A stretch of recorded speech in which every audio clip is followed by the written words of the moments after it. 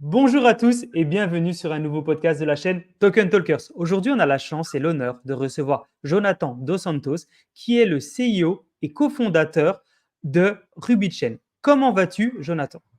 Bah, écoute, ça va très bien. J'ai On- été un peu malade, ces derniers temps, mais là, ça va beaucoup mieux. Aïe. Bon, bah, j'espère que ça va mieux et qu'on va t'avoir en pleine forme. En tout cas, en off, j'ai vu que tu étais prêt à déchirer. Tu vas nous faire un podcast de fou. Donc, trop impatient de vraiment d'avoir ton avis sur différents sujets. La première question qui me vient, Jonathan, c'est comment tu en es venu à l'écosystème Web3? Parce que on sait qu'on n'est pas tous nés dans le Web3, c'est un écosystème qui est assez récent. Qu'est-ce que tu as fait avant d'arriver dans l'écosystème Web3? Est-ce que directement tu es venu ici? Est-ce que tu peux nous en dire un petit peu plus? Alors, moi, j'ai un parcours un petit peu atypique, parce que je suis rentré dans le bitcoin très, très tôt, Ok. plus précisément en 2011, 2010-2011, grâce à une amie en école d'ingé. En fait, je me suis mis à miner du bitcoin, quand c'était possible de pouvoir le faire, en GPU. Et je me suis amené à avoir beaucoup de bitcoin, sauf que j'y ai pas du tout cru. Et à un moment donné, en fait, j'envoie un screen avec, 884 bitcoins que j'envoie par MSN, Messenger, à l'époque. MSN, pas Messenger, Messenger c'est aujourd'hui. Du coup, en fait, je me retrouve à mettre ça de côté et à me dire, «Bon, bah, je regarderai plus tard», quoi. Sauf que ce plus tard, a fait que, j'ai formaté, 3 fois le disque dur avec, Windows 7, Windows 8 et cetera, et que j'ai dû le formater aussi bas niveau parce qu'il commençait à déconner avec des secteurs défectueux et que j'ai jamais sauvegardé, en fait, ce wallet. Et du coup, bah, en 2019, je travaillais chez, Microsoft. J'étais la tête d'affiche, pour les produits, d'hyperconvergence qui s'appelle Azure Stack HCI aujourd'hui. Je me retrouve à parler de ces nouvelles technologies, au Louvre, devant 4 000 personnes. Et en sortant, en fait, une personne me dit: «C'était super, mais vous avez pas parlé, des technologies de la blockchain». Et j'ai fait: «Mais de quoi?» Et là, il me parle de bitcoin, je fais: «Ah ouais, ouais, j'en ai plein en plus». Et là, il me regarde avec des gros yeux, il me dit: «Mais vous en avez plein, comment ça?» Et là, je lui dis: «Bon, je sais pas, 1 000, un truc comme ça». Et là, il m'annonce en fait que, ça dépassait, 6 000 € à l'époque. Et là, je fais: «Non, c'est pas ça que j'ai». Je fais: «Non, c'est peut-être pas des bitcoins que j'ai». Du coup, je me retrouve à la maison, rentrer à la maison pour chercher, des sauvegardes et cetera. Et au bout du enfin, à la fin du week-end, en fait, je me retrouve à avoir trouvé quelque chose qui était en effet, en fait, le screen que j'avais envoyé par MSN, de mon wallet bitcoin, qui me montrait que j'avais 884 bitcoins. Donc le disque dur, je l'avais. Et le disque dur, en fait, ça fait 5-6, ouais, ça fait un peu plus de 5 ans qu'il tourne de main en main pour qu'on essaie de récupérer quelque chose, mais les plus grands n'y sont pas arrivés. Aujourd'hui, on va certainement faire encore une tentative avec une personne qui va nous écouter. Mais concrètement, voilà comment je suis rentré dans l'univers Web3, parce qu'après 2019, bah, je me suis rendu compte, en fait, que j'avais un gros wallet caché quelque part, mais que je pouvais pas récupérer. J'ai fait un deuil, hein, dessus, Ah j'ai ouais? aucune problématique à pouvoir en parler. Mais ça m'a amené aussi à pouvoir rentrer dans l'écosystème Web3, en ouvrant la société Space Mining Box avec un associé au Portugal, où on faisait, du minage, en fait, de la sécurisation de blockchain, comme on disait, à nos investisseurs. Et qui nous a amené à pendant 2-3 ans, 2 ans, 2 ans et demi, à être très lucratif, sur ce domaine, en ayant, 3 fermes de minage, 3 grosses fermes de minage où on comptait plus de 2 000 GPU, et à devoir fermer boutique, lors du passage d'Ethereum en proof of stake, Ah bah oui.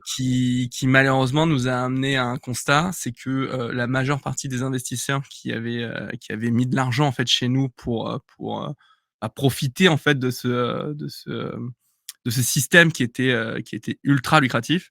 Bah, on s'est bien rendu compte qu'ils avaient un manque de savoir, parce que, ils ont juste mis de l'argent parce que ça rapportait de l'argent. Et quand la vache à lait s'est arrêtée, bah, là, du coup, on a eu quelques problématiques avec des personnes qui ne comprenaient pas pourquoi ça s'arrêtait du jour au lendemain. Malgré avoir fait des newsletters, malgré avoir fait des visios constamment pour la communauté qu'on avait. Et du coup, de là, j'ai ouvert RubyChain avec, plusieurs cofondateurs. Aujourd'hui, RubyChain est assez leader en Occitanie. On forme des gros groupes, hein. On est en B2B, donc on forme des entreprises comme, Galeries Lafayette, comme Dell Technologies, comme Orange, Ouais, et cetera. bravo.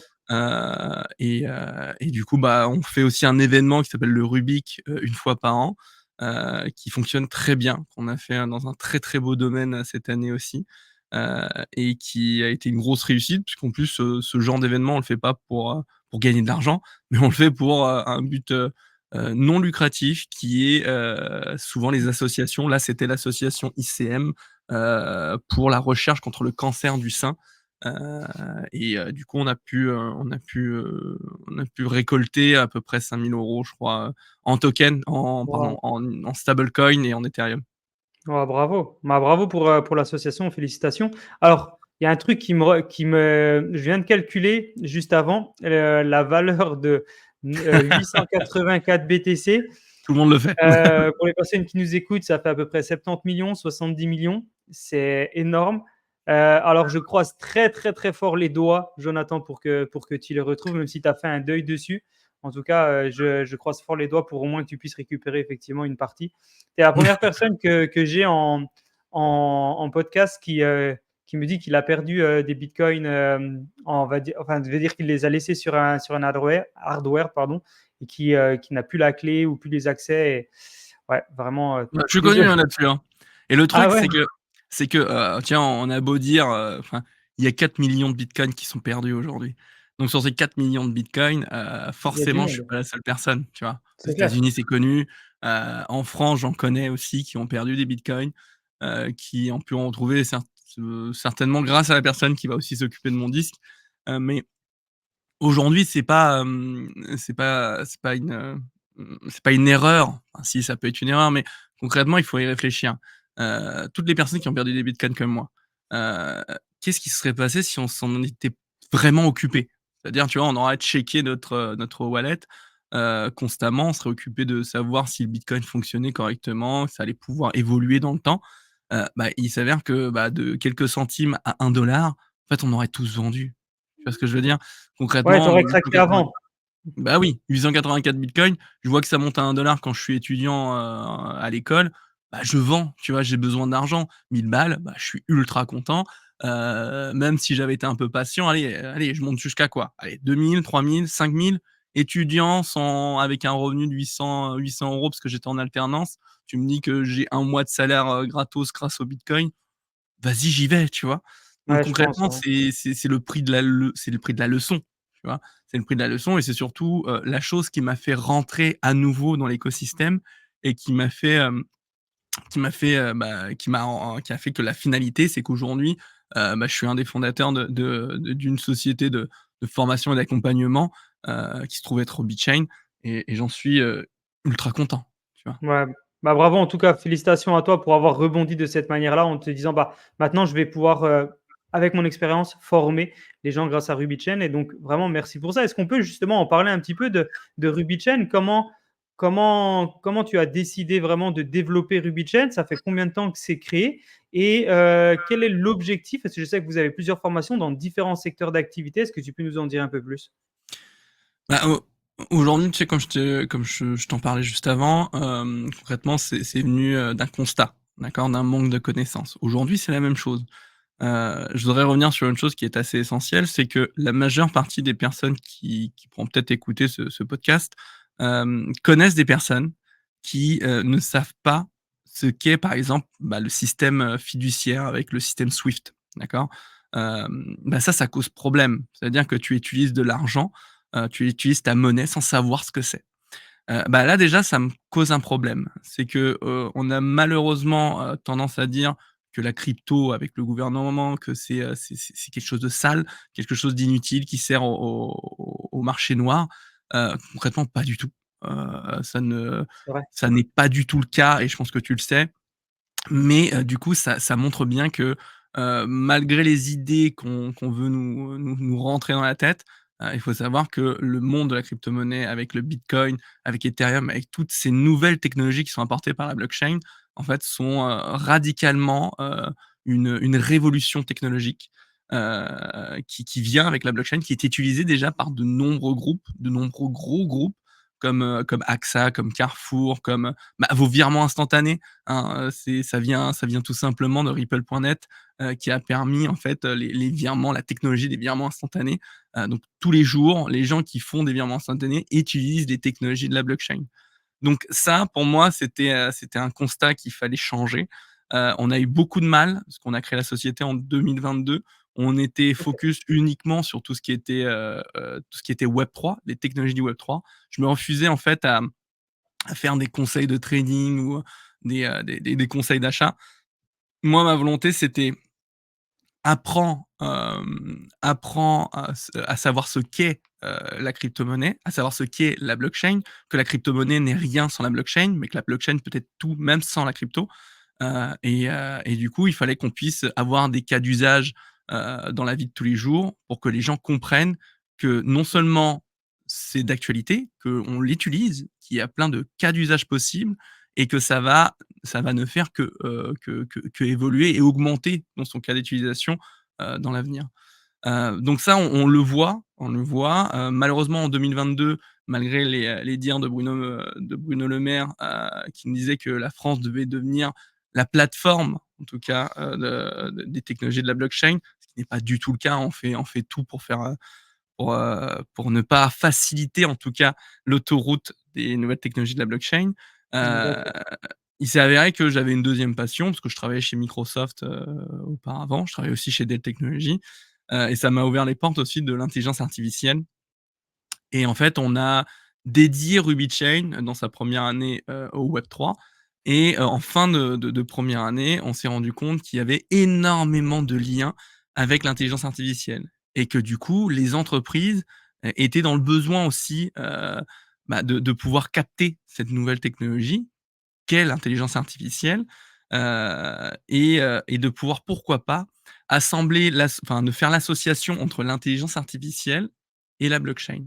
Et c'est pour ça qu'on arrive en fait avec ce genre de solution, ces plans de formation qu'on peut avoir sur le quotidien en fait des employés qu'on peut avoir en entreprise, à pouvoir, bah, venir, adopter ces nouvelles technologies de l'intelligence artificielle et pourquoi pas de la blockchain, parce qu'on vient faire aussi maintenant des formations Web3. C'est comme ça qu'on a réussi à rentrer petit à petit, dans les entreprises Web2, à venir rentrer en fait des formations Web3, et ça a été un combat de tous les jours. Maintenant, aujourd'hui aussi, on travaille sur une solution, d'intelligence artificielle en partenariat avec Dell Technologies et on espère très prochainement avec, Mistral AI, sur notre solution B2B où on va directement en fait, faire un audit chez un de nos clients, chez plusieurs, mais là pour l'instant on en a un en particulier chez qui on va pouvoir le faire. On est en train de faire un audit qui va nous amener à revenir chez RubyChain avec, nos développeurs pour pouvoir monter un cahier des charges qu'on va proposer aux clients et de là, Trop bien. avec une solution on premise, donc une solution physique qu'on va venir installer chez le client, on va venir lui fine tuner et lui installer une solution intelligence artificielle adaptée à son entreprise et uniquement pour son entreprise, pour respecter toutes les règles RGPD et les règles AI Act. Ah mais bravo, bravo. Ah ouais, donc c'est vraiment un truc très complet que tu es en train de mettre en place et que tu as mis en place. J'ai une petite question par rapport à ce que tu as dit. Donc pour toi, le Web3 et l'IA, c'est 2 écosystèmes séparés. Il y en a qui mettent l'IA dans le Web3, pour toi, c'est 2 choses séparées? Bah, oui, totalement. Le Web3 fait partie, de ces technologies de révolution, comme l'est internet, en quelque sorte. Heu, enfin, tu vois, à côté, qu'est-ce qu'on avait comme révolution technologique? Si tu peux me citer, internet, la blockchain et l'intelligence artificielle, est-ce que tu en vois une autre,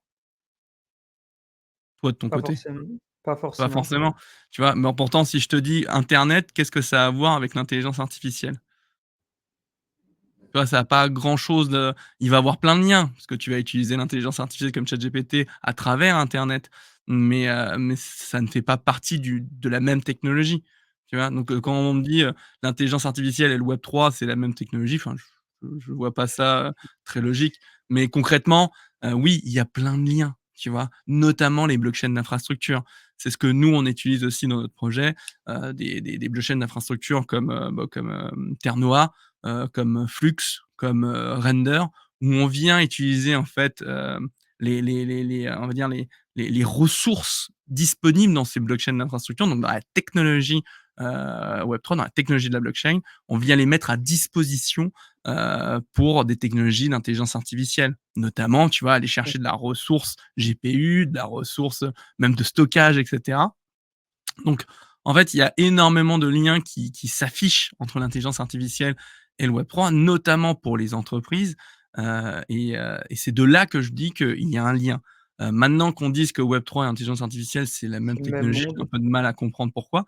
Mmh. Mais en tout cas, voilà, on est sur 2 révolutions technologiques, qui vont changer les choses, qui commencent à changer les choses, et qui font peur, d'accord? Enfin, concrètement, on l'a bien vu avec le Web3, mais l'intelligence artificielle aussi fait peur, tu vois? Concrètement, ce qu'on entend régulièrement en formation, c'est: «OK, on va avoir une machine, on va avoir, une IA comme Skynet dans Terminator ou dans Matrix, qui va en fait venir nous remplacer, qui va mettre même à mal en fait, l'économie du pays et cetera». Pas du tout. L'intelligence artificielle comme le Web3 en fait sont là pour révolutionner le secteur de l'emploi justement, qui va venir ancrer. Effectivement, il y a des emplois qui vont venir, peut-être changer, j'allais pas dire disparaître, mais changer, et l'intelligence artificielle, pour le moment, n'a pas détruit des emplois, mais on a créé de nouveaux. Prompt engineering, data scientist et cetera. Et faciliter Concrètement, d'autres emplois, c'est clair. ben ouais, totalement, et regarde, en fait, ces révolutions technologiques, en fait, ce genre de peur, on les a eu tous les jours. Je te parle Ah de ça, par totalement. exemple, avec, les usines de création de voitures. Ford, à l'époque, il y a à peu près 60 ans, ils utilisaient une centaine de personnes pour pouvoir sortir une voiture.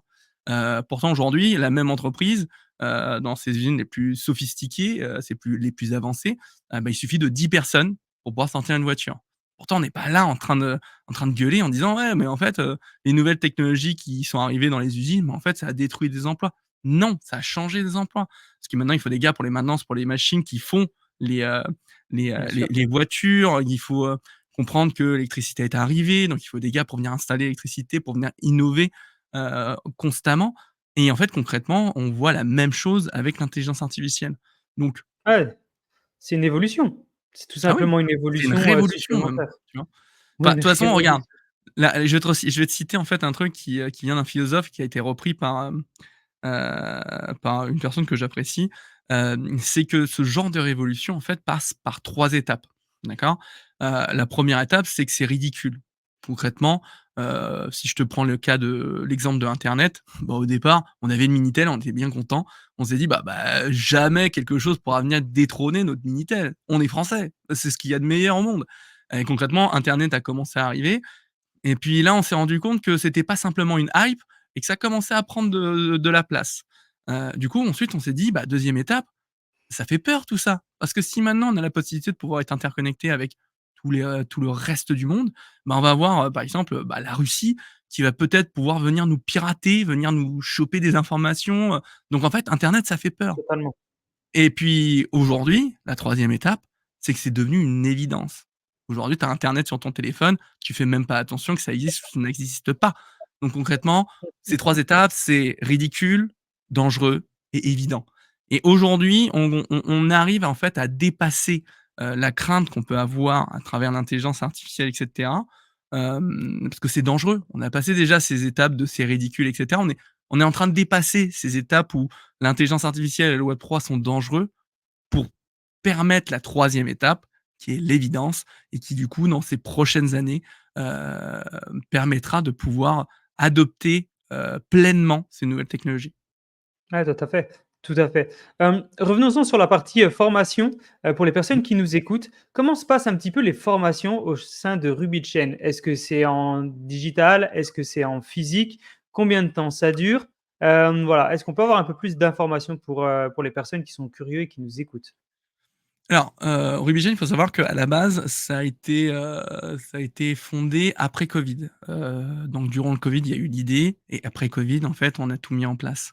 Le truc, c'est que, pendant, presque 1 an et demi, 2 ans, on était, bah, cloisonnés chez nous, on s'est rendu compte de quelque chose, c'est que la majeure partie des formations online, n'étaient pas forcément, les plus adaptées pour apprendre correctement. Donc nous, on est parti de ce fait, et on s'est dit: «Non, en fait, on va pas faire comme tout le monde. On va faire des formations où on va les faire en physique». Ouais, Donc super la intéressant. majeure partie du temps, au départ, on prenait en fait une salle avant d'avoir nos bureaux. On prenait une salle dans un restaurant, dans un hôtel ou quoi que ce soit. On invitait les gens à venir pour être formés au Web3, du coup, on a fait en sorte d'avoir quelque chose de qualitatif avec des groupes qui ne devaient pas dépasser 10 à 12 personnes on a reproduit ça petit à petit, bah, en entreprise. Parce que du coup, on a fait ça en B2B. On s'est vraiment niché en fait de le faire avec, les entreprises du coup, bah, on s'amène à aller former les gens directement dans leur entreprise. Donc on prend leur salle de formation, on arrive, on OK. propose en fait nos différents modules de formation. On a entre 5 et 8 modules de formation, par gros pilier technologique avec le Web3, avec l'intelligence artificielle. Du coup, bah, on propose ces modules-là qu'on vient adapter à chaque entreprise, d'accord? Chaque entreprise, on fait un audit au préalable pour savoir les outils qu'ils peuvent utiliser dans leur entreprise, ceux qui sont autorisés leurs besoins naturels, dans quel secteur d'activité se trouve l'entreprise on vient, fine tuner en fait, ces différentes, formations pour que la formation qu'on va venir, faire en entreprise ou toutes les formations qu'on va venir faire en entreprise, bah, soient totalement adaptées. On a aussi, bah, des formations online qui vont arriver petit à petit, mais ça, c'est vraiment en fait pour permettre, bah, à tout le monde de pouvoir y accéder, à bas prix, parce qu'on nous l'a demandé, c'est pour ça qu'on le fait. Mais concrètement, on veut garder en fait ce lien physique. J'imagine. On a des formateurs dans toute la France, même en Guadeloupe. Donc du coup, on a la possibilité quand même de pouvoir apporter des formations sans que les gens n'aient à bouger, de leur entreprise de pouvoir arriver directement avec des choses qui leur parleront, qui seront adaptées à eux on prend vraiment le temps, c'est le plus important, de former les gens on garde vraiment on va dire un lien par la suite où les gens ont la possibilité de même après avoir été formés, 6 mois après, bah, en fait, on leur donne la possibilité de pouvoir venir nous poser des questions, de pouvoir voir s'il y a quelque chose qui leur manque de pouvoir, pourquoi pas, ensuite proposer d'autres formations, ainsi de suite. Génial, génial. Bah, merci pour l'explication. Quel est le meilleur moyen justement de voir les formations que vous proposez? C'est votre site internet? Alors, on a sur le site internet rubychain.io, on a les différents modules de formation.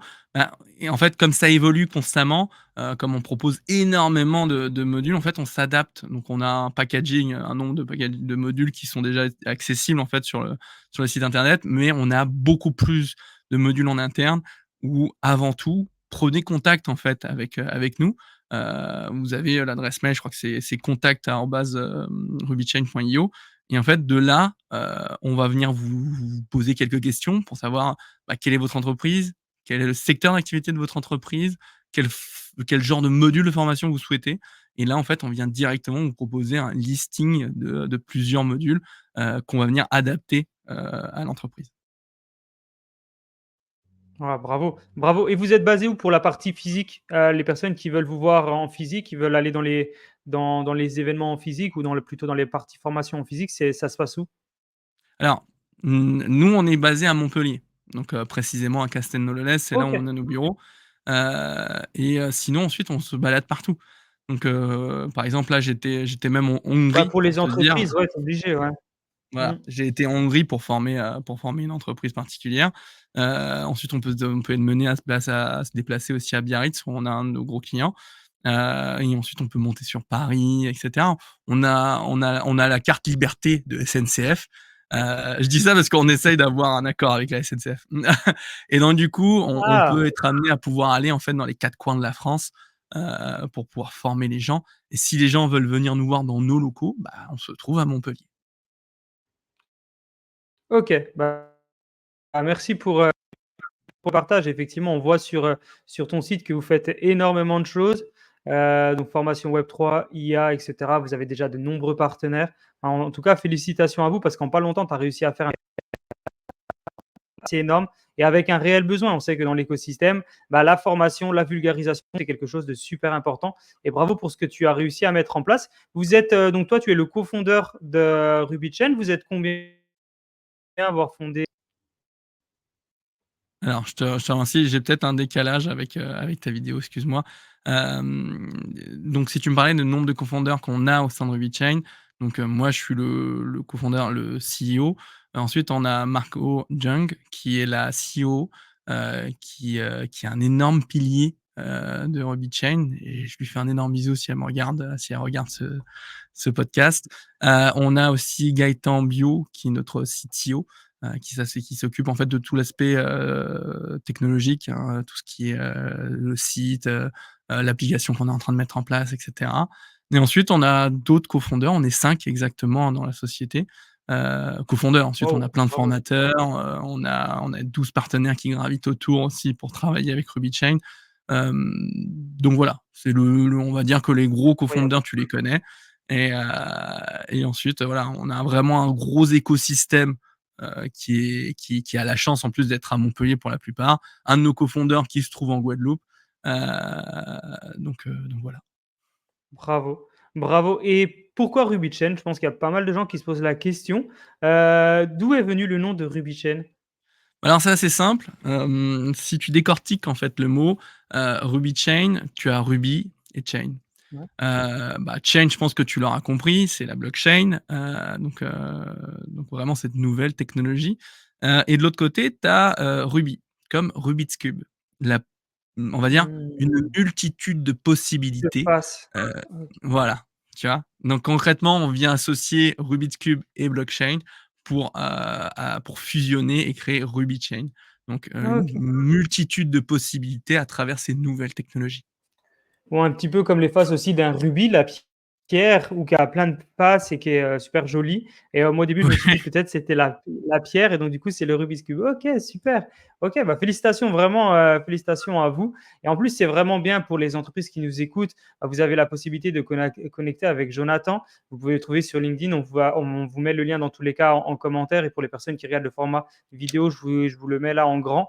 Vous pouvez vous connecter avec Jonathan et puis après voir un petit peu, pour qu'ils puissent se déplacer dans votre entreprise pour pouvoir former vos équipes, votre team et pouvoir vous accompagner sur ces nouvelles technologies. Et alors nous, sur Token Talker, c'est vrai qu'on est spécialisé Web3, mais aussi on parle d'IA. Et du coup, là, vraiment, si vous avez des questions sur les sujets qui sont IA, Jonathan est là vraiment pour vous accompagner. Donc, c'est quand même assez fort. Et vraiment, bravo Jonathan pour ce que tu fais avec RubyChain.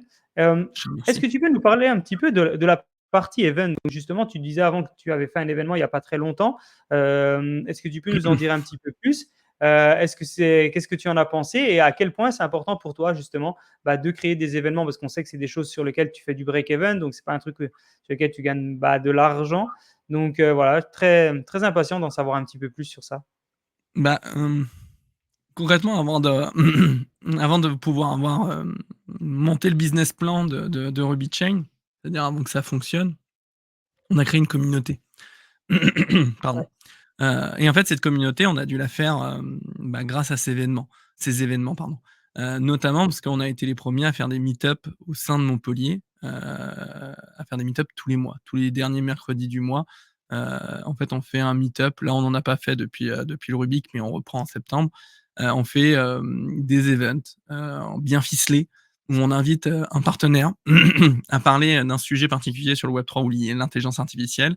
On a une grosse communauté parce qu'on a à peu près 1 500 personnes, qui nous suivent à travers, tous les réseaux sociaux sur Montpellier et donc du coup, on sait que la majorité du temps, en fait, quand on fait un meet-up, où on va parler d'un sujet en particulier, on a entre une trentaine, une soixantaine de personnes. C'est Waouh! comme ça qu'on a commencé en tout cas à fonder, un noyau dur, avec, des gens qu'on apprécie énormément, qui pour certains sont devenus des partenaires, qu'on voit régulièrement, en dehors même de RubyChain, qui sont même devenus des amis pour la plupart. On fait aussi tous les ans, quelque chose qui s'appelle le Rubik, qui est un événement annuel, certainement l'un des plus gros en Occitanie. D'ailleurs, j'en parlais avec Maxime Chéry, qui fait le Crypto XR. On pourrait faire quelque chose qui va faire le buzz, en mélangeant quelque chose que je ne peux pas trop parler, mais je vous donne quelques indices, qui pourrait associer en fait pas mal d'événements pour faire un big event.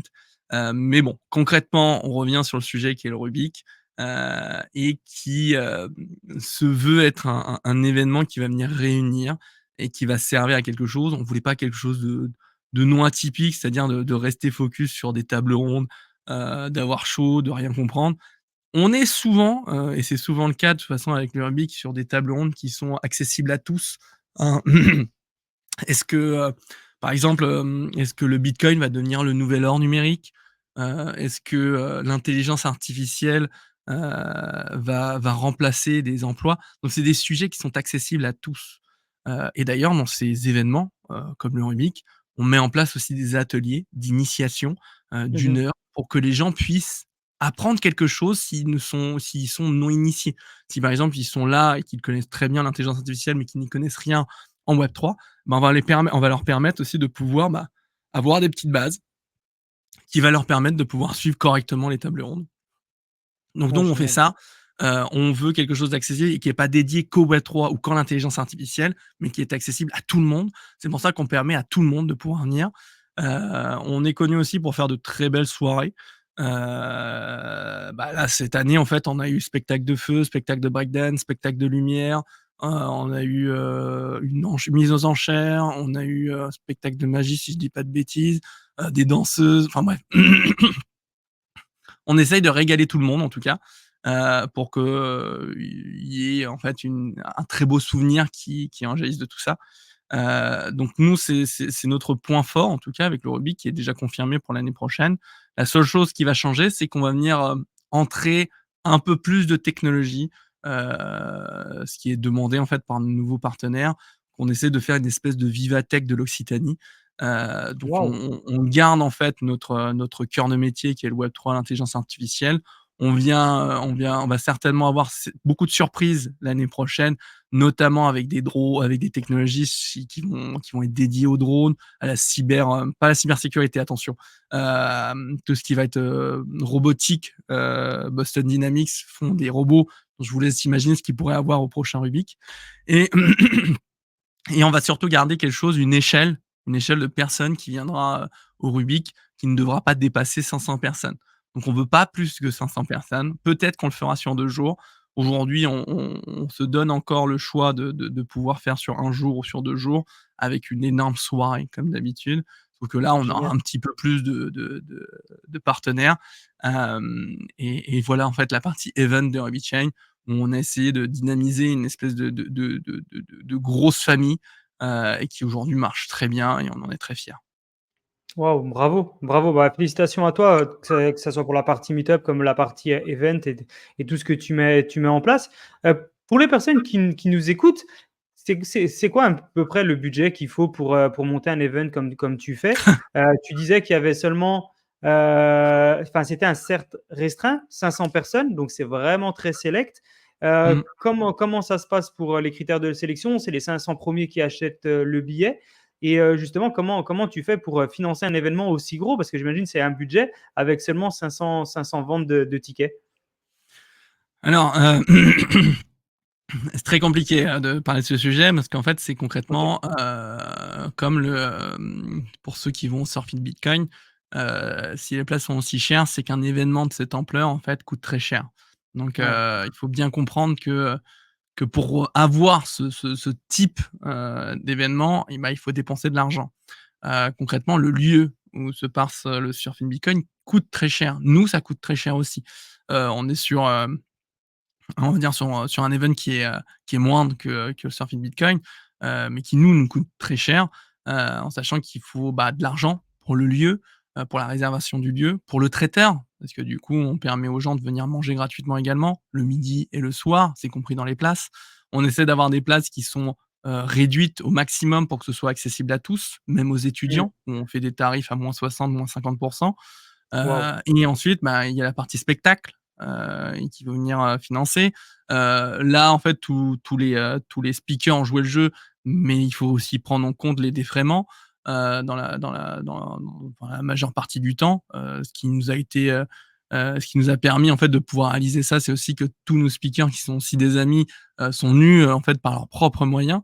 Et je leur en remercie parce que c'est grâce à eux qu'on a pu voir en fait, une superbe édition du Rubik.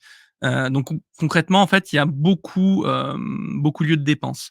Donc le genre d'event comme Rubik, il faut bien compter entre 50 et 80 000 €, Ouais, quand même. pour être sans filtre.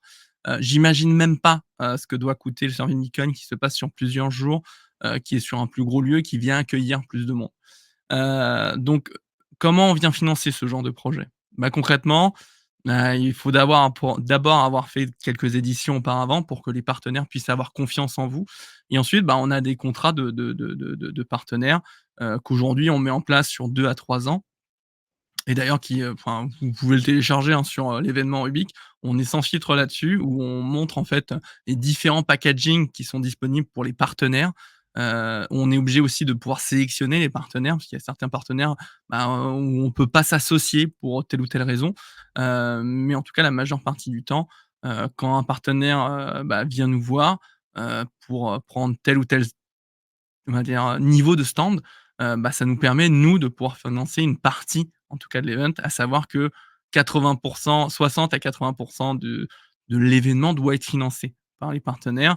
Le reste avec, tout ce qui est place, les billets, heu, dites-vous bien une chose et ça, je pense que je vais être, l'un des premiers à le dire, mais en fait, quand vous voyez, sur, Paris Blockchain Week, sur Paris Blockchain Week, sur, Surfing Bitcoin, bah, Surfing Weekend peut-être pas, mais on a beaucoup de places qui sont, données au dernier moment pour venir apporter du monde et c'est normal, hein, on a des partenaires qui ont payé leur stand, il doit avoir du monde, Oui. pour que ça semble rentable pour eux. Donc concrètement, nous, on pouvait pas se le permettre cette année, donc on a eu un peu plus de 300 personnes. On a eu 300 personnes, Énorme, entre 200 et bravo. 300 personnes. La majeure partie du monde, enfin la majeure partie des gens ont payé leur place. On s'arrange tout le monde on s'arrange toujours en fait pour que les gens qui ont pas les moyens, bah, payent beaucoup moins et cetera. Enfin bref, on essaie vraiment de faire au cas par cas. Quand ça dépasse 2 000 personnes, dites-vous bien qu'à un moment donné, il y a des places qui sont données. Ça a toujours été le cas, ça va pas changer parce que, malheureusement le nombre de gens, prime sur la qualité parfois.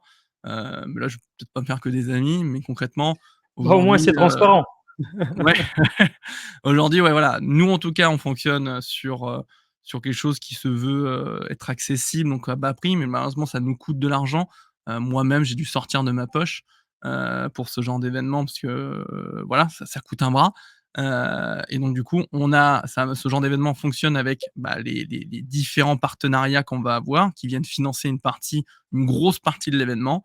Une petite partie qui va être financée par la billetterie, en sachant que nous, en fait, tous les bénéfices de l'événement étaient dédiés pour l'association.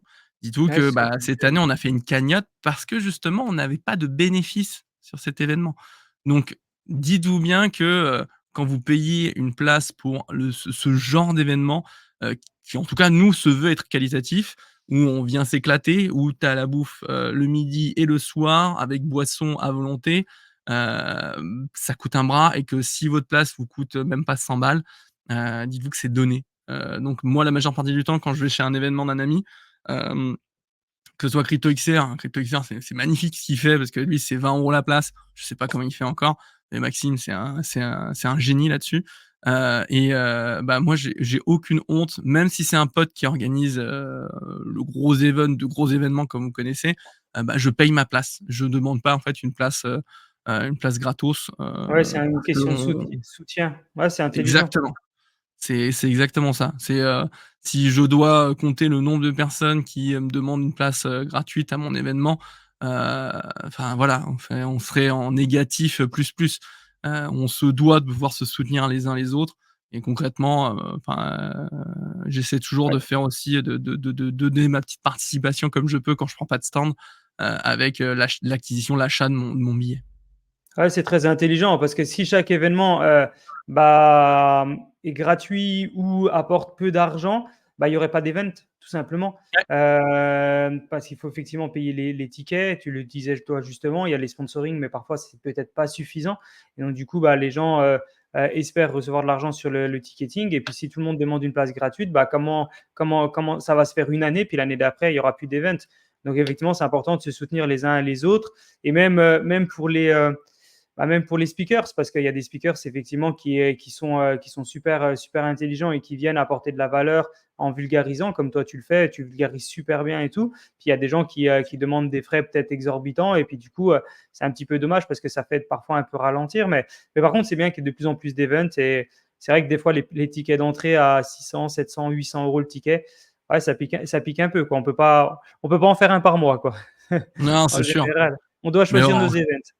voilà, c'est sûr. Et ensuite, tu vois, c'est ce genre d'event, en fait, bah, il marche, tu vois? Il fonctionne parce que regarde, le Surfing Bitcoin, ça fait des années qu'il est en place. Jonathan, il fait un boulot de monstre, Ouais, et donc du coup, c'est ultra qualitatif. Si on doit retenir quelques events, en France en tout cas, franchement, enfin, tu prends CryptoXR, tu prends, Paris Blockchain Week, tu prends, Surfing Bitcoin, tu prends le Rubik. ouais,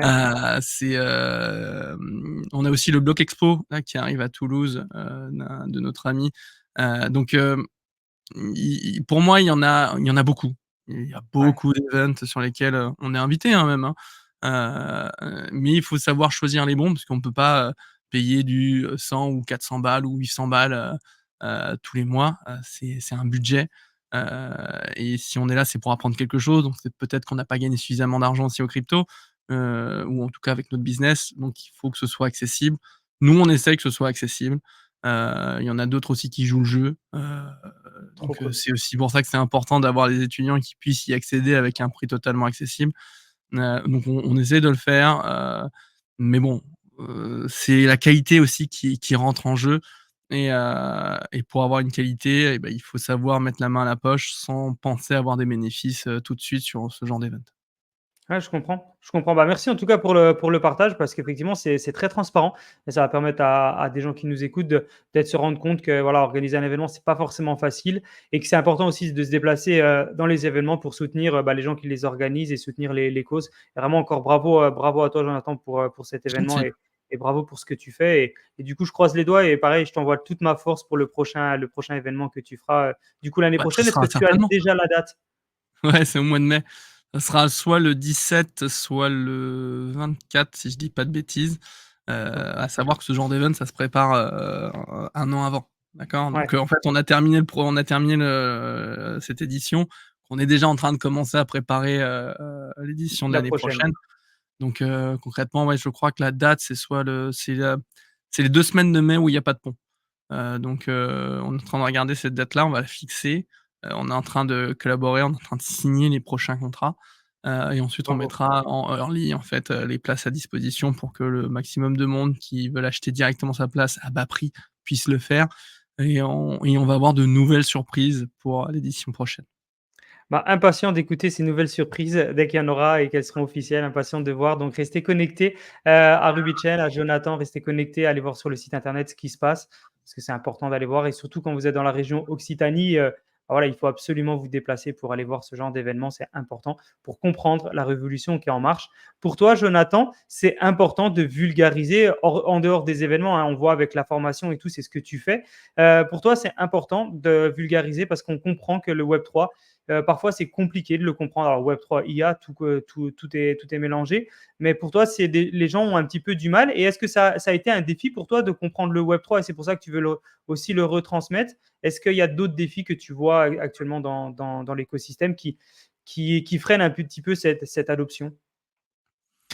Alors, moi, ces technologies, je suis un petit peu bercé dedans, donc sachant que Ouais, j'ai un cursus d'ingénieur, en informatique, j'avais pas trop de problématiques à comprendre, le fonctionnement même, en fait, des technologies du Web3 comme la blockchain. Mais par contre, ce qui est important, c'est de faire comprendre, c'est de faire passer un message, de partager ouais, sa connaissance. Ça, j'essaie de le faire notamment avec des petites vidéos de 2 à 3 minutes, sur ma chaîne, YouTube KinoJoe ou, sur mon compte Instagram ou sur LinkedIn, parce que je partage le même format de vidéo, où j'explique en fait des points clés de ces technologies, que ce soit en intelligence artificielle, que ce soit, en blockchain, que ce soit sur un token, que ce soit économiquement parlant. Encore une fois, tu vois, j'ai du mal à comprendre que, tu vois, que les gens ne comprennent pas que ce genre de billet, au fait, n'a aucune valeur. C'est la confiance qu'on va venir attribuer, aux banques qui va donner la valeur de ce billet. tu vois? Ce billet-là, en fait, ça coûte même pas quelques centimes à faire et ça, Ouais, du coup, j'essaie de l'expliquer, à travers, en fait, des petits formats vidéo, qui prennent pas longtemps à écouter. J'essaie d'apporter aussi une petite note d'humour, pour vulgariser. trop J'essaie, bien. en tout cas, dans tous les conférences où je suis invité, sur les tables rondes, sur les interviews, quand on me demande d'expliquer un sujet en particulier, bah, j'essaye de le raconter le plus facilement possible pour qu'une personne lambda qui n'y connaît absolument rien puisse comprendre de quoi on parle. C'est important. C'est important parce qu'aujourd'hui, on a tendance à toujours faire en sorte, notamment à l'école, bah, tu apprends par cœur, tu te tais et si tu as pas compris, c'est pas grave. Donc ça, moi, j'ai du mal. Donc j'essaie en tout cas de donner un peu de moi, quand j'explique un point particulier et je trouve que c'est important. Je trouve que c'est important donc je travaille sur 3 thèmes, comme je disais, tout ce qui est, donc Web3, intelligence artificielle et Ouais. économie. Ah Donc génial. pour moi, c'est important. Je fais pas du trading, je laisse ça à des amis comme, Crypto Edge ou d'autres. Moi, j'attaque vraiment, l'essentiel de comment ça marche. Si tu veux investir dans un projet crypto, bah, faut que tu comprennes comment il fonctionne. Pour comprendre comment il fonctionne, bah, il faut que tu comprennes de quoi ça parle et donc du coup, Totalement. bah, il faut que tu puisses avoir, bah, de l'éducation, sur la technologie employée par le projet qui vient sortir son propre token, par exemple. Donc ça, moi, j'aime bien l'expliquer, pour que tu sois maître de tes investissements, de ton utilisation de telle ou telle, technologie. Moi, en tout cas, c'est ce que j'essaie de faire, de faire par mes connaissances que j'ai moi, en tout cas. Et bah, déjà merci et bravo pour ce que tu fais et ta chaîne, est-ce que tu peux nous épeler comment elle s'écrit pour qu'on Alors, puisse, la retrouver? c'est Crypto Kinojo normalement. Attends, je suis en train de faire s qu'on là, on n'y a pas touché là depuis 3 mois à cause du Rubik. Hop, tac, tac, tac, je vais même te la partager. On l'a sorti il y a à peine 6 mois, ça fait 3 mois que je m'en suis pas occupé. Super, Donc là-dessus, en fait, il y a quelques vidéos. Vous trouverez beaucoup plus de vidéos sur mon compte TikTok, qui est aussi Kinojo, Crypto Kinojo. Vous avez tous les liens de toute façon on va vous mettre les sur liens en le profil. commentaire. Voilà, c'est bon, je les ai tous. Je peux même te donner le lien TikTok. Je peux te donner le lien, Crypto Kinojo aussi sur, LinkedIn. En fait, c'est mon profil, Trop Jonathan Dos cool. Santos. Donc, tu me retrouves, facilement sur LinkedIn. C'est là où j'ai la plus grosse communauté. C'est là où je partage essentiellement mes vidéos que je partage sur tous les autres, réseaux sociaux. Bah, parfait. Bah, en tout cas, pour toutes les personnes, regardez les liens en commentaire. On va vous mettre tous les liens dans la description pour que vous puissiez vous connecter plus facilement à Jonathan et suivre encore plus, bah, ses contenus pour les personnes qui le découvrent. Pour les personnes qui le connaissent mais qui ne le suivent pas, suivez-le. C'est super important, hein, de vous abonner parce qu'on a aussi beaucoup de personnes sur, Token Talkers. Je crois qu'on a 90 des personnes qui regardent nos vidéos qui ne sont pas abonnées. Je crois que c'est 90 ou 92 et j'imagine que c'est pareil pour Jonathan. Donc, quand vous regardez des personnes qui vous apportent de la valeur, qui prennent le temps de leur temps pour vous expliquer des choses, juste likez, partagez, abonnez-vous. Ça vous prend 2 secondes, ça vous coûte rien du tout et ça soutient énormément les chaînes. Donc voilà, allez sur Crypto Kinojo pour voir un petit peu ce que fait Jonathan. C'est vraiment un gros, gros, gros travail. Je te Pour, remercie. ah bah, avec plaisir. En tout cas, non, bah, pour les personnes qui font un gros travail comme toi, c'est important de les soutenir et de les mettre en avant. Donc vraiment félicitations à toi. Actuellement, donc on parlait juste avant de défis. Quels sont vraiment ces défis qui font que, bah, le Web3, ça prend du temps, à se développer? Est-ce que c'est justement que la vulgarisation ou est-ce qu'il y aurait d'autres choses pour toi? C'est compliqué parce que politiquement, c'est incorrect ce que je vais dire. OK, Aujourd'hui, les technologies, en tout cas du Web3, en fait, sont freinées, et sont accélérées dans certains pays. En fait, donc ouais, concrètement, et ça, c'est quelque chose qui est là depuis la nuit des temps. Aux États-Unis, on a tendance à dire, bah, faites et après on va réguler. En France, on a tendance à dire: «On réguler régule après et vous ferez peut-être». Donc c'est ça. malheureusement, c'est triste parce que, j'ai tendance à voir, et ce qui est une normalité, que la majeure partie de nos pépites, de nos projets en fait, qui pourraient tout exploser, bah, disparaissent de la France. En fait, ils vont ailleurs, ils vont à Dubaï, ils vont aux États-Unis ou autres, heu, mais même en intelligence artificielle, aujourd'hui, ils sont où les 3 fondateurs français, de Mistral AI? Ils sont pas en France, hein. Donc ça en fait, le problème il est là, c'est que j'ai un énorme souci, c'est que, la France fait tout pour, se mettre, des pieds dans les roues, et Ah ouais, carrément. ah oui, oui, oui, totalement. C'est quel est l'homme, imagine je retrouve mes bitcoins. Enfin, aujourd'hui, je tiens à dire sur ta chaîne, si jamais on a le fisc qui nous écoute, je n'ai aucune crypto, hein. Ce qui est vrai, je vous laisse voir, mais aujourd'hui, si imagine demain je récupère tous mes bitcoins. Ça veut dire, putain, que j'ai fait une plus-value, assez énorme. Heu, si je suis sain d'esprit, je reste pas en France. Si je suis un d'esprit, je vais à Dubaï, je vais aux États-Unis, je vais vivre ma plus belle life et je vais éviter de donner 20 millions à l'État. C'est con, hein, c'est con, mais aujourd'hui, enfin, qui c'est qui va rester, qui va rester en dessous d'une hache qui peut te tomber, l'épée Damoclès? Ah Imagine, non, elle est c'est juste clair. au-dessus, tu as la chance, tu peux bouger parce que, enfin, en Andorre, ils t'acceptent pour 500 000 €, hein, donc dès lors que tu as fait ce genre de gain, à savoir que la crypto, tant que tu ne l'as pas converti en monnaie fiduciaire, tu n'es pas imposé dessus. Ah, c'est dessus, ouais. Aujourd'hui, il y a un flou juridique, on pourrait en parler, pendant longtemps, et je suis pas l'expert parce que je suis pas un avocat en crypto numérique, en monnaie numérique. Mais concrètement, aujourd'hui, de ce que je sais, c'est que tant que tu n'as pas converti ta crypto-monnaie, tu n'es pas imposé dessus. Sauf si tu l'es prochainement avec Mika 2, ils veulent que, tout échange en stablecoin soit imposé. Enfin bref, encore une raison de plus pour se dire que, en fait, si j'ai un énorme projet, qui va rapporter de l'argent, qui, peut changer le monde, qui peut faire en fait en sorte la différence, en fait je reste pas en France et c'est con parce que Ouais, c'est totalement. partout pareil. Regarde, comment il s'appelle je sais pas si tu as le nom en tête, de Sapodza ou Saprozza, la personne qui a créé le Jetfly, tu sais? En fait c'est un Ah, Français. Si c'est ça, Zakato? heu Zakato? on le trouvera, je te Ouais, laisserai le noter, en sous-titre. Mais cette personne-là, en fait, il a fait un truc mais qui est génial, il est passé incroyable talent et cetera et en fait, la seule chose qui s'est passée, c'est lors de ses, phases de test, qu'il a fait, au-dessus d'un lac où il y avait personne, tu as la police qui est arrivée, qui a dit: «Ça, votre objet, en fait, tant que vous avez pas le certificat, de validité, auprès de l'État, vous ouais, n'avez plus le droit de voler avec». Je fais: «Quoi?» Enfin, mais justement, je le mets aux normes, je l'essaye pour qu'on puisse révolutionner en fait, la France avec cette nouvelle technologie et du coup, en fait, on lui a interdit. On n'a absolument rien fait pour l'aider. Du coup, qu'est-ce qu'il a fait? Il est parti aux États-Unis, et il a revendu sa solution. Donc merci Frankie Zapata. Donc concrètement, on fait pareil avec, toutes les nouvelles technologies. Tu vois, aujourd'hui, on est en déficit de 3 000 milliards. Mais concrètement, regarde des entreprises comme, Apple, des entreprises comme OpenAI, tu vois? C'est des personnes qui auront révolutionné le monde technologiquement parlant, tu vois? Et c'est ouais, des c'est clair. personnes qui, font le PIB de la France, quoi.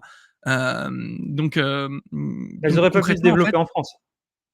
et ça aurait pas pu se développer en France. Mais tu imagines demain, on réfléchit. Je suis désolé, hein, il faut dire les choses concrètement.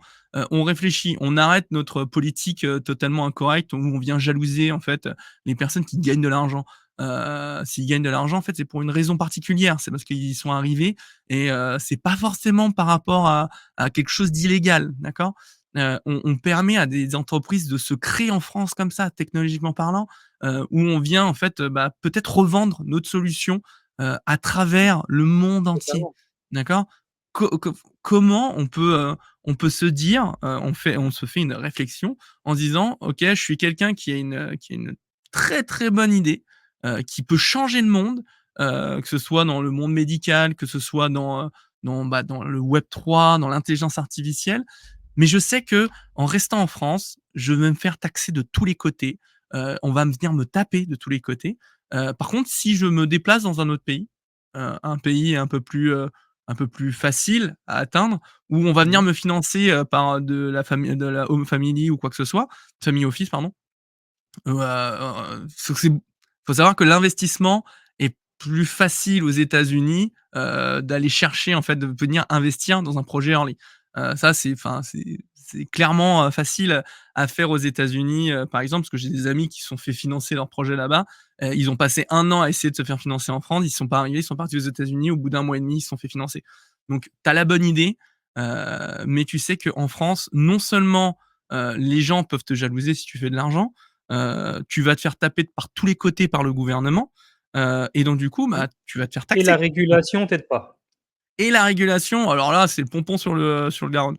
Donc ça veut dire que en Ouais. fait, si enfin, je me dis: «J'ai une putain d'idée, j'ai quelques fonds qui me permettent de pouvoir commencer cette idée». J'ai pas besoin de starter pour pouvoir faire cette idée, de proposer un POC, de proposer une démo, mais je sais que du coup, bah, on peut peut-être m'accepter dans un autre pays parce que j'ai cette idée et en final, bah, en fait, je vais détrôner, le fait d'avoir fait mon projet en France parce que je sais que, on m'aurait mis des bâtons sur, beh, enfin des pierres sur le chemin, pour y arriver et concrètement, une entreprise qui fleurit, qui fonctionne, par la suite, bah, c'est très compliqué, de la voir évoluer, on va dire rapidement, comme on pourrait le faire dans certains Et pays, sereinement? en France et sereinement, tu vois? Ouais, ouais. Donc pour moi, le frein, il est là. C'est d'abord notre mentalité, à toujours vouloir, jalouser, en fait, ceux qui gagnent de l'argent. Il y a une personne là qui a remonté une entreprise à plusieurs milliards d'euros. L'entreprise allait faire faillite. Le mec, il est arrivé, en 3-4 ans, il a réussi à remonter la société, à faire que la société passe de 20 millions à plusieurs de dizaines de milliards, je crois et le mec, en fait, bah, il a pris 20 millions. 20 millions de bénéfices. Mais Bravo prends à lui. plus mec! Tu imagines? J'ai une personne en France, elle arrive du jour au lendemain, on est en déficit de 3 000 milliards. Le mec en fait en 5 ans, il arrive à pouvoir changer les choses, en venant apporter de la technologie, en changeant 2-3 choses pour que des grosses entreprises viennent créer de l'emploi en France. Le mec en fait, au bout de 5 ans, il a réussi à résorber la dette de 3 000 milliards. Et le mec, il dit: Bah, écoutez, par contre, je veux bien être payé, je vais prendre 50 millions. Mais prends 200 millions.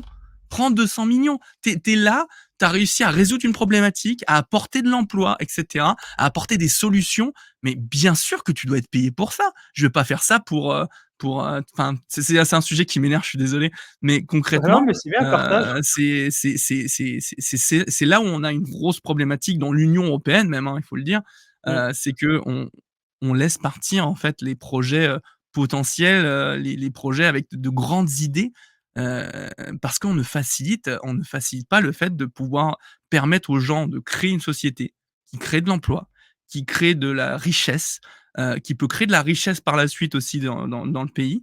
Bah, en fait, on se fait, lapider, par l'État, par, cette mentalité, et ça malheureusement, ça va pas du tout aider, le domaine du web 3 ou même le domaine de l'intelligence artificielle, parce que ce que je dis toujours, c'est que quand c'est possible, ça arrivera. L'intelligence artificielle aujourd'hui, bah, on essaie d'interdire tout ce qui est, open source, tout ce qui, peut venir utiliser nos données de santé et cetera. Mais le gouvernement utilise du Microsoft, le gouvernement utilise aussi des ressources, technologiques de chez Amazon et là, on vient de comprendre qu'en Angleterre, en fait, nos données de santé, par rapport à Amazon, en fait, finalement, sont pas si protégées que ça et pourtant on continue à l'utiliser, en fait, au sein du gouvernement. Heu, Tu vois, au bout d'un moment, on essaie d'interdire des choses qu'on ne peut pas interdire comme ça, sauf si tout le monde joue le jeu, mais ça m'étonnerait que la Russie ou les États-Unis le fassent. Donc C'est clair. concrètement, la révolution technologique de l'intelligence artificielle va avoir lieu. Elle est déjà commencée. Si on ne permet pas de faciliter, bien sûr, avec des pare-feux, il faut mettre des pare-feux un peu partout, mais quand je parle de l'intelligence artificielle, mais aujourd'hui, on ne doit pas freiner, son évolution parce que si c'est pas nous qui le faisons, c'est les autres C'est qui vont le quelqu'un faire. d'autre. Bah, bien sûr. Donc qu'est-ce qu'on fait? Est-ce qu'on essaye de booster, cette évolution en essayant de cadrer tout ça, de le faire de la plus belle des façons, sans ralentir en fait la prouesse technologique qu'il pourrait avoir et se dire que, bah, on sera devant tout le monde, on va pouvoir gérer ces choses-là parce qu'on est pionnier sur notre domaine, comme, bah, les technologies de la blockchain, comme, la crypto. Aujourd'hui, bah, tu vois, je comprends pas, comment on peut avoir une monnaie fiduciaire sur laquelle on se dit avoir confiance en sachant que, bah, la en fait, la capitalisation, le fonds monétaire le fonds de valeur qu'il y a derrière l'euro, c'est des dettes, hein. Si les gens le savent pas, faut quand même savoir que, la majeure partie, de la confiance qu'on attribue à l'euro, ce sont les dettes d'entreprise. Quand une entreprise vient, emprunter 1 000 000, bah, c'est 1 000 000 qu'elle doit, donc c'est 1 000 000 qui vont directement dans le fonds de valeur adossé derrière l'euro. Vulgairement, c'est ça, tu vois? Donc concrètement, en fait, c'est du vent. C'est que du vent qu'il y a derrière l'euro et là, on te dit, par rapport à un token comme, le bitcoin qui lui est limité à 21 millions, il y en aura pas un de plus. L'euro, c'est de la total supply illimitée, hein. Le bitcoin, c'est 21 millions. Il y en aura pas un de plus. Comment tu peux avoir, confiance à l'euro, plus que ce que tu pourrais avoir confiance au bitcoin? Bah, ça, c'est simplement, venant de dire n'importe quoi, à la télé, dans les coms, parce que, justement, c'est quelque chose qui peut faire mal, au monde fiduciaire et moi, je suis désolé, les meilleures technologies, c'est, l'association de plusieurs technologies. Pour moi, je comprends pas qu'on ne fonctionne pas et qu'on ne voit pas les choses de façon hybride. Pourquoi on pourrait pas avoir une monnaie fiduciaire avec, bah, des dettes, avec de l'or et avec du bitcoin qui serait adossé derrière? C'est Le clair. bitcoin, c'est trop tard. On va pas pouvoir l'arrêter, hein. On essaie de tout faire pour, que les gens ne l'utilisent pas. Ça fait il y a plus de 15 des de la population en France qui ont, des tokens, qui ont de la crypto-monnaie. Heu, voilà, tu vois? Le gouvernement essaie de taxer les gens pour récupérer de la valeur, parce que quand les gens viennent placer de l'argent sur des crypto-monnaies, ils placent pas sur des PEL, ils placent pas sur des PEA, ils placent pas en banque. Donc du coup, les banques ont moins d'argent à pouvoir mettre sur les marchés en cours. Bah, ouais, bah, écoute, à un moment donné, il faut revoir son système. Donc, et c'est pas en essayant d'interdire que tu vas y arriver. Donc Ouais, c'est clair. voilà, moi j'ai une grosse problématique sur, l'adoption en France, parce que les gens veulent l'adopter, mais on va dire que comme c'est quelque chose qui peut te rendre indépendant, financièrement parlant, qui met à mal en fait l'idéologie que tu dois apprendre à l'école pour travailler en entreprise, et te taire, bah, en fait ce genre de choses, c'est un petit peu le concept de se dire: «OK, je vais apprendre à faire de l'argent, je vais Ouais, apprendre à monter ma société. Je vais apprendre à monter tel ou tel projet, parce que, je ne veux pas dépendre de l'État, je ne veux pas dépendre de personne, je ne veux pas dépendre d'une retraite, une prétendue retraite que je pourrais avoir, à 70 ans. Parce qu'il faut bien comprendre, hein, que la retraite, elle va pas arrêter de monter, hein, et on n'en aura certainement jamais, toi et moi. Donc du coup, il faut pouvoir, bah, être dépendant financièrement parlant, indépendant pardon, excuse-moi, indépendant financièrement parlant et et de se dire que, bah, il faut créer, son revenu futur. Son revenu futur, bah, il faut savoir le faire et ça, en fait, c'est quelque chose qui est ancré en France, qui est ancré en Union européenne et c'est d'ailleurs pour ça d'ailleurs que si je me permets, je fais une petite parenthèse. Mmh. Est-ce que tu sais pourquoi dans les classes aujourd'hui, on est toujours sur rangée par rangée, 2 par 2? Bonne question, on me l'a jamais dit donc je pourrais Tu pas sais te pas? dire. OK. Alors, il faut savoir qu'après-guerre, donc après la Deuxième Guerre mondiale, on a dû réindustrialiser le pays. Pour réindustrialiser le pays, en fait, il fallait former les gens, il fallait former les enfants. Donc former les enfants, passer sur une méthode d'éducation qui permettait de dire: «OK les gars, vous allez apprendre quelque chose, mais ce que vous allez apprendre, c'est pour pouvoir travailler en usine». D'accord? Et en fait, comment tu travaillais à l'époque dans les usines? Bah, en fait, tu travaillais la majeure partie du temps 2 par 2, rangée par rangée, sur les lignes, en fait, industrielles. Donc concrètement, on est venu habituer, les enfants sur une forme d'industrialisation qu'il y avait derrière, sur une façon de travailler qui était en usine et depuis 60-80 ans, en fait, on n'a absolument rien changé, tu vois? C'est en Finlande ou en Danemark qu'ils ont changé un petit peu les choses, où on essaye d'adapter, en fait, les enfants à venir apprendre une certaine matière générale, le matin avec une façon particulière qui est beaucoup plus adaptée, à aujourd'hui et l'après-midi, on les laisse libres de pouvoir apprendre ce qu'ils ont envie, dans le secteur qu'ils se sentent le plus confort. Tu vois? Nous, aujourd'hui, on n'a toujours pas changé cette façon d'apprendre, aux enfants. On les garde toujours rangés par rangées, 2 par 2 et ça C'est faux. ça n'a plus lieu d'être. Donc Ouais, en c'est fait, clair. pour moi, ça c'est compliqué tant qu'on n'aura pas, fondamentalement changé les choses. On est beaucoup, je pense, à penser, d'une manière différente, qui ne doit pas avoir lieu. On a des façons de penser qui sont abstraites, qui sont, de l'ancien temps. Aujourd'hui, les choses changent, pardon, et peut-être que demain, on se retrouvera même plus sur cette planète. Donc Il y a plein de choses à prendre en compte, on peut partir dans tous les sens, Bien mais sûr. si ta question de départ, c'était vraiment de savoir pourquoi l'adoption, du Web3 et de l'intelligence artificielle peut prendre du temps en France, bah, c'est notamment pour ça. Ah ouais. Donc voilà, on peut partir très loin là-dessus, mais voilà. Déjà, c'est ultra clair et très complet. Déjà pour ta réponse, effectivement, après on peut en débattre pendant un moment, mais déjà c'est très, très complet comme réponse. Tu nous as donné, toutes les informations nécessaires pour pouvoir comprendre pourquoi ça prend du temps. Après on dit en France, le Web3 a du mal à prendre, mais tu disais à peu près 15 des Français, détiennent de la crypto. Un rapport de la DAN dit 12, enfin en tout cas c'est plus de 10. C'est plus que des actions de sociétés standards, donc des sociétés cotées en bourse et cetera. Donc l'adoption effectivement prend du temps.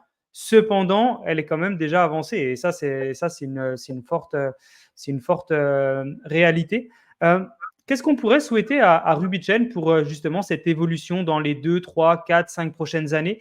Est-ce que tu as déjà une projection sur les parties qui sont bien sûr pas confidentielles? Est-ce qu'il y a des choses qu'on pourrait te projeter? Est-ce qu'il y a déjà une vision que tu veux nous partager sur ces prochaines années? Bah, la roadmap de Robychain, elle est un peu, elle est assez simple à comprendre, hein. C'est que derrière, en fait, nous, on puisse s'adapter à travers toute la France. C'est, Wow, on ok. veut on veut une certaine chose, c'est que, hem, pour moi, utiliser les technologies de l'intelligence artificielle ou de la blockchain, c'est des technologies qui sont fortes, des technologies qui sont, révolutionnaires, qui sont, dangereuses si on ne sait pas bien Ouais, les utiliser. Aujourd'hui, on a le permis pour conduire une voiture, c'est obligatoire. Moi, je pense, en tout cas, c'est que pour pouvoir correctement utiliser, pour pouvoir utiliser correctement l'intelligence artificielle ou les technologies du Web3 en entreprise, bah, en fait, il faudrait qu'on ait, tu sais, une espèce de petite formation, même pas, tu vois? Il faudrait 1 heure, 2 heures, tu vois, une demi-journée. On passe une demi-journée, et on se dit: «OK, on va t'apprendre les bases». Tu auras le petit certificat qui va te dire, le petit certificat RubyChain, admettons, qui va te dire: «OK, bah, on t'a appris, en tout cas, les bases sur l'intelligence artificielle, on t'a appris les bases sur le Web3, de faire attention, de comprendre où vont tes données, d'accord. de comprendre comment tu dois utiliser ces technologies-là pour ton bien, et derrière, ensuite, tu fais ce que tu veux». Tu vois? Bah, concrètement, c'est ce que je voudrais, moi, dans 5 ans. C'est qu'on on permette à l'école, par exemple, comme on fait pour, conduire un scooter. Tu vois, tu as un petit certificat qui te permet, ça coûte rien du tout, à l'école de pouvoir conduire, en fait, un petit scooter. Même si sauf si ça a changé, mais peut-être que je me trompe. Bah, moi, je voudrais qu'on puisse apporter ça, accessible à tous, dès l'école, où on puisse se dire: «OK, on a une petite formation qui est obligatoire d'une demi-journée, mais ça va apprendre à mon enfant, en fait, à comment voir les technologies de demain, comment Ouais, je les comprends. utiliser correctement, comment prendre attention, à pas mettre ses photos sur ci ou ça, sur telle, intelligence artificielle générative». Donc moi, c'est ce que j'aimerais avoir dans 5 ans, c'est qu'on puisse former tout le monde, que tout le monde puisse être formé, être, sensibilisé à travers ces nouvelles technologies. Je Un voudrais que peu dans comme 5 ans la formation de 1 secours que tu as sur, ouais, la santé et tout ça, mais le premier secours sur le net, quoi. c'est ça. Mais derrière, tu vois, ça serait quelque chose que je voudrais que ce soit presque gratuit. Tu vois? Je voudrais que ce soit gratuit pour que ce soit accessible à tous. Ouais, payé par l'État. Ouais, Voilà, payé par l'État, ou tu vois, on arrangé, mais en fait, en tout cas, on essaye d'apporter quelque chose, ah, ce serait cool. d'utile, apporter quelque chose d'utile. Je t'ai parlé, en fait, aussi d'une solution d'intelligence artificielle qu'on essaie de mettre en place avec l'association de plusieurs entreprises. Bah, en fait, on voudrait D'accord. être, une société qui vienne avancer dans ce secteur-là avec une solution, totalement, française, qu'on puisse adapter à travers toutes les entreprises et à travers le monde entier et on avance. On avance extrêmement vite avec ça. Aujourd'hui, on a encore besoin de développeurs en IA, en fait, pour pouvoir continuer le projet. On a le client, on a les partenaires qui vont nous suivre derrière, donc là-dessus, on aimerait qu'on puisse aussi avancer.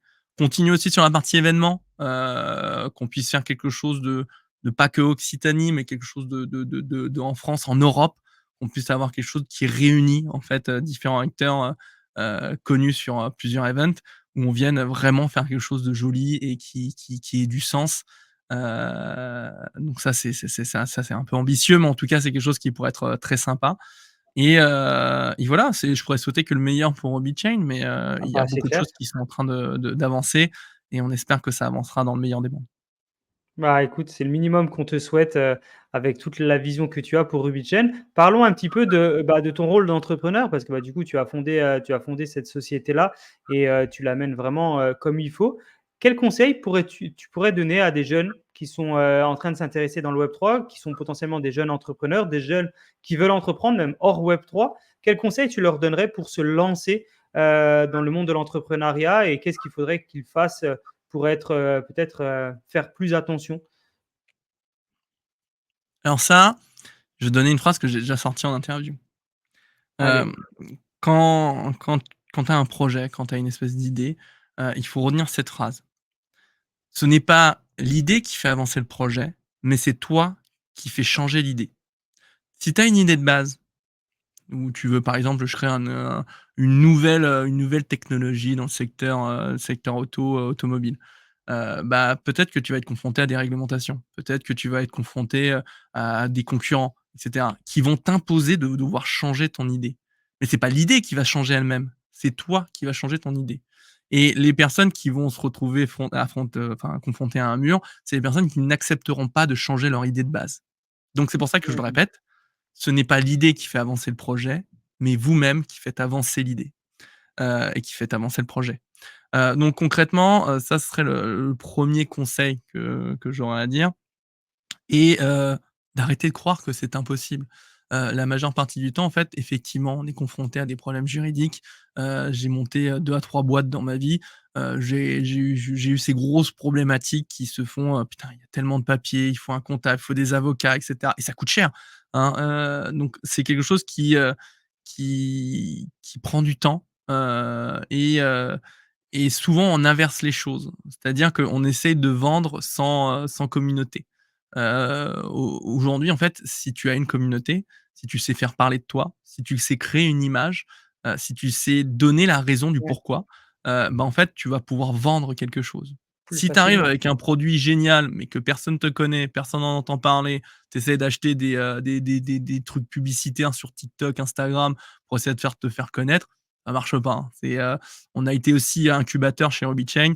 On connaît les projets qui peuvent fonctionner, on connaît les projets qui ont fonctionné et je peux Ouais, vous assurer que avant ça, il faut comprendre que la communauté, les gens sont importants. Donc montez, partagez en fait votre idée, partagez en fait ce que vous voulez faire, votre idéologie en fait par rapport à tout ça et dites-vous que votre idée va évoluer, votre projet sera meilleur avec les gens, avec le fait de pouvoir, faire tester votre mmh mh. solution, de pouvoir faire tester ci ou ça, de pouvoir, avoir des conseils, des avis, ça il faut pas hésiter. Souvent là je le f enfin je suis souvent pris, mais beaucoup de personnes qui ont des projets viennent me demander, 30 à 1 heure de mon temps, pour qu'on puisse en discuter. J'essaie toujours d'apporter de nouvelles idées et cetera. Et il y a des grosses entreprises qui sont allées très loin, du coup, j'en suis très fier. Bravo. Donc il faut pas hésiter en tout cas à prendre conseil, à pouvoir, à pouvoir se dire que, même si son idée, aujourd'hui ne fonctionne pas, cette idée-là pourra fonctionner dans un avenir parce qu'en fait, le plus important dans un projet, dans un business, c'est vous-même. Ouais, D'accord? c'est Si clair. vous êtes, force de proposition, de pouvoir vous réadapter, de pouvoir changer certaines choses, vous allez pouvoir avancer. Oui, effectivement, le domaine de l'entrepreneuriat, en fait, n'est pas pour tout le monde, mais il faut pas croire que c'est pour personne non plus, d'accord? Donc croyez en vous, croyez en votre idée qui pourra évoluer avec le temps et dites-vous il faut des gens pour qu'un projet fonctionne et ça commence par vous, mais ça commence aussi par votre entourage. OK, bah, merci pour ce partage. C'est super inspirant ce que tu as dit. Donc, voilà, pour les personnes qui nous écoutent, voilà, prenez note de ce qu'a partagé Jonathan parce qu'il y a beaucoup, beaucoup de valeur dedans. Jonathan, revenons sur un sujet qui est lié au Web3 et à l'IA, mais peut-être plus sur le sujet du Web3. Quelles tendances tu vois actuellement qui sont en train d'émerger dans cet écosystème Web3? Quelles tendances tu entends de plus en plus parler et tu te dis ça peut être des tendances qui vont arriver dans le Web3? Donc, on sait qu'il y a eu beaucoup de hype, il y a eu le hype des NFT, des ICO, il y a eu le hype Ethereum, Bitcoin, bref, il y a plein de choses. Quel sujet, toi, tu vois qui est gentiment en train d'arriver et qui pourrait être potentiellement la grande tendance de fin d'année ou 2025?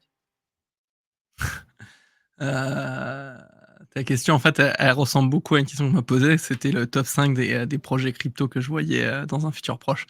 Alors, Après, ça j'essaie peut être des de projets qui sont hors crypto parce que le Web3, comme tu sais, bah, ouais, il y a bien la sûr, DeFi, il y a la tokenisation. Enfin, toi, il y a plein, bien plein, sûr, plein de choses qui sont hors de bien ça. sûr. Bah, là actuellement, s'il faut que je parle d'un sujet en particulier, je vais parler de la tokenisation immobilière, qui est OK. un peu ralentie en France, mais par rapport à toutes les choses dont on a pu parler pendant ce La podcast. régulation. La régulation, mais on a des projets qui sont accessibles de la France, qui sont par exemple, Realty, qui est vraiment de la tokenisation immobilière. Tokenisation immobilière pour faire vulgariser la chose au plus simple, c'est-à-dire qu'on vient fractionner en fait, une maison, une propriété en plusieurs morceaux et ces plusieurs morceaux vous rapportent de l'argent, par rapport au loyer qui est donné tous les mois à travers, les différents appartements que vous pouvez avoir sur ce bien immobilier. On essaie de faire ça. Ça commence à arriver, d'une certaine façon en France. Il y a beaucoup de projets qui arrivent, et je vous laisse aussi voir avec un ami proche, Romain Bailleul, qui, tient la Ouais. mine, du côté de Lille. Une personne qui fait beaucoup de choses que je fais et que j'apprécie énormément, donc je vous invite à aller le voir sur ce côté-là.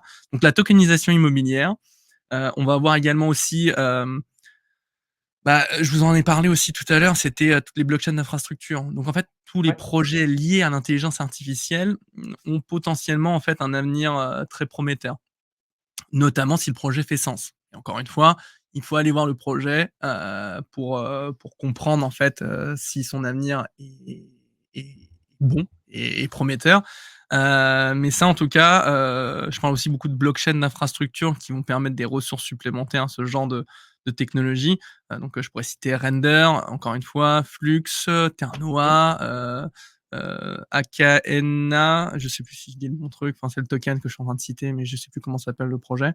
Voilà, c'est plein de projets, de petits projets en fait qui ont un futur prometteur, et qui donnent un sens, une utilité. Il faut que ce soit des projets avec une utilité particulière.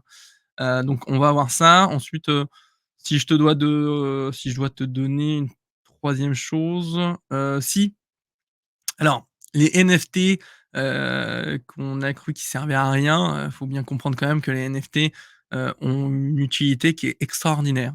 Mmh. Et là, je pourrais citer un projet que j'adore, c'est Chain, qui apporte des solutions en fait de certification en fait d'objets, qui te permet de pouvoir vendre un objet en ayant l'historique de où il est allé, de quand est-ce qu'il a été, utilisé, quand est-ce qu'il a été ouvert, qui donne en fait un amas d'informations ultra importantes pour telle ou telle entreprise, et qui sera ultra importante pour vous, notamment quand vous allez acheter une œuvre d'art qui, pourra être certifiée, vue sur la blockchain et cetera. On appelle ça du phygital, associer la partie NFT avec du physique. Vous en avez derrière moi. Vous avez 3 tableaux là qui sont certifiés, en mode phygital, par des NFT. C'est OneMiser qui fait ça. Et en ça, bah, en fait, je peux certifier mon œuvre d'art en disant qu'elle appartient bien à la blockchain. C'est associé à un Ouais, NFT génial. et ce genre de technologie, pour moi, va exploser, dans les prochaines années. Parce que là, on a vraiment une utilité particulière, qui est utilisée d'ailleurs par, Carrefour pour pouvoir avoir un traçage en fait de ces produits qu'ils vendent, savoir où est-ce que ça a été fait, où est-ce que ça a été élevé, où est-ce que ça a été mis en boîte. Concrètement, ce genre de technologie, je vous conseille de vous y intéresser un petit peu et si j'en ai une dernière à sortir, il y en a Ouais, il y en a déjà tellement. pas mal, mais si tu en as une quatrième, on prend, mais c'est vrai que Ah, déjà j'en ai sorti 3 3 déjà. ouais, 3 Non, sujets, c'est si j'en ai une quatrième à sortir, je pourrais la sortir en commentaire, mais je l'ai pas en tête. Mais voilà, déjà ouais, ça fait bah, pas avec mal. plaisir. Pour moi, c'est 3 choses qui m'ont beaucoup avancé. Continuer à croire aussi au proof of work, comme Kaspa. Et ah oui, des exchanges, si vous devez aussi croire, c'est à certains exchanges, notamment, on est partenaire nous, de Swissborg, donc c'est peut-être pas forcément, très, sans valeur ce que je dis parce que, on les apprécie énormément. Mais, avoir de plus en plus confiance à des exchanges qui sont pour le coup régulés et qui se doivent de respecter les règles pour éviter des FTX, bah, on en connaît et c'est là-dessus qu'il faut porter, attention parce que le token d'un exchange qui va être adopté massivement peut énormément prendre de valeur et c'est peut-être un billet à ne pas laisser, par terre. Ouais, Donc, totalement. intéressez-vous aussi à certains exchanges, qui peuvent, révolutionner aussi, le monde de demain en pourquoi pas s'adaptant avec les banques et devenir peut-être les banques traditionnelles, de demain. Ouais, grave, grave. Bah, merci pour ce partage. On arrive gentiment à la fin du podcast, Jonathan. Tu déjà apporté énormément de valeur, mais on va t'en demander encore une petite dernière. Heu, la le, pour clôturer le podcast, on laisse toujours le mot de la fin à notre invité. Donc le mot de la fin, ça peut être un sujet qu'on n'a pas abordé, un sujet que tu as abordé sur lequel tu veux rapporter de là un peu plus de clarté. Ça peut être tout simplement un mantra, un dicton, peu importe. Voilà, tu as le mot de la fin, ça peut durer 30 secondes, 10 minutes, c'est toi qui décides et on t'écoute avec attention. Waouh! Attends, j'essaie de te trouver ça. En fait, j'ai déjà cité un petit peu tout ça, quoi. C'est, Ah ouais, tu as déjà cité beaucoup, beaucoup de choses. c'est concrètement, tu vois, c'est le la problématique aujourd'hui, en fait, on la connaît, et je pense qu'on arrivera simplement si on croit en soi, hem, à pouvoir avancer, ensemble. Dans tout ce que j'ai dit, en fait, ça paraît toujours de la même chose. C'était de croire en soi, de croire en ses idées, en ses valeurs, d'arrêter de jalouser tout le monde, dans certains Ouais, pays, et de pas se laisser marcher sur les pieds. Je suis quelqu'un qui déteste ça. Donc concrètement, que ce soit pour un projet, IA, un projet, Web3, un projet dans n'importe quoi, c'est toujours la même chose. C'est, y croire jusqu'au bout, s'adapter, ne pas rester en fait, ne pas rester en fait, enfermé dans une idée sans la changer, apprendre à changer les choses, et continuer à croire à vos ouais, c'est amis, sûr. continuer à croire à toute chose en fait qui pourrait vous apporter de la valeur en les aidant. Je continue souvent à dire ça, c'est que j'aime aider, mes amis, quand j'ai un pote qui crée une solution, même si j'ai pas compris sa solution, même si je crois pas, forcément à ce que ça marche, je crois en la personne et en Mmh. fait, quand vous investissez, de vos fonds propres, quand vous investissez même du temps pour vous, pensez que, que derrière, en fait, il y a une personne et dans un projet, ce qui est le plus important, c'est la personne. Donc Ouais, croire en totalement. l'humain, croire en la personne, croire en vos amis, croire en vous, heu et savoir, ça c'est un dicton d'Anthony Cavana que j'aime beaucoup, c'est pour, pour apprendre à aimer, il faut s'apprendre à s'aimer soi-même. Donc je terminerai là-dessus et j'espère que ça fera réfléchir. Ah, incroyable, super. Bah, merci pour ton partage, Jonathan. Merci pour ce mot de la fin. Bravo pour tout ce que tu fais. Force à toi avec RubyChain et tous les autres sides qu'il y a autour de RubyChain parce que tu as une idée débordante, tu es un petit peu hyperactif, juste un petit peu, je pense même un petit peu beaucoup. Donc, effectivement, on ressent ça dans tout ce que tu fais, dans tout ce que tu dis et l'énergie que tu dégages. Vraiment, bravo à toi. C'était un plaisir de t'avoir sur la chaîne Token Talkers et à très vite. Merci beaucoup.